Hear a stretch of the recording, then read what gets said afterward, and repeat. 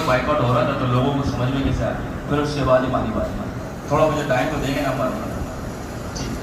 तो मैं सिर्फ इतना बताना चाहता हूँ कि मैकडोनल्ड, अगर आप मैकडोनल्ड को इतना हलवा ले रहे हैं, ले रहे हैं ना कि ये बाइकआउट करने से कुछ भी नहीं होता, सिर्फ मैकडोनल्ड की बताता हूँ मैं आपको कि मैकडोनल्ड हर साल आपके पाकिस्तान से 3000 करोड़ कमा के जाता है। आप सोचें कितने बच्चे मारे आपने, कहीं ना कहीं खाने वालों के हाथ में खून जरूर होगा।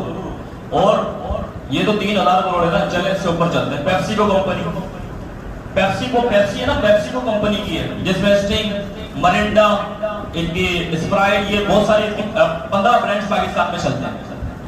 और ये पता है पेप्सिको कंपनी पाकिस्तान से कितना रेवेन्यू जनरेट करके जाती है?